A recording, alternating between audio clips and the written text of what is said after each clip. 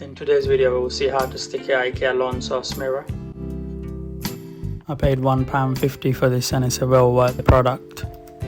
In this pack you'll receive double-sided tape to stick on either corners. You just need to stick it in this manner, and you also need to use a spirit level to keep it straight.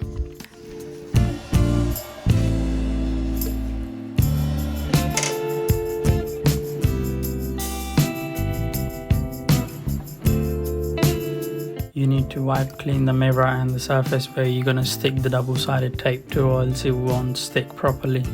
Let's peel one side of the double-sided tape and stick it on the mirror.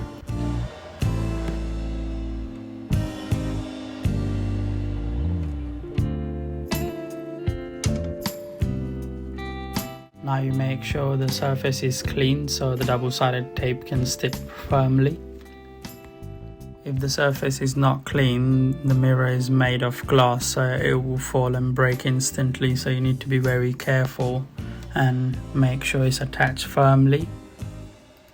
Now I'm going to use a spirit level and make sure it's level and plumb before I stick it.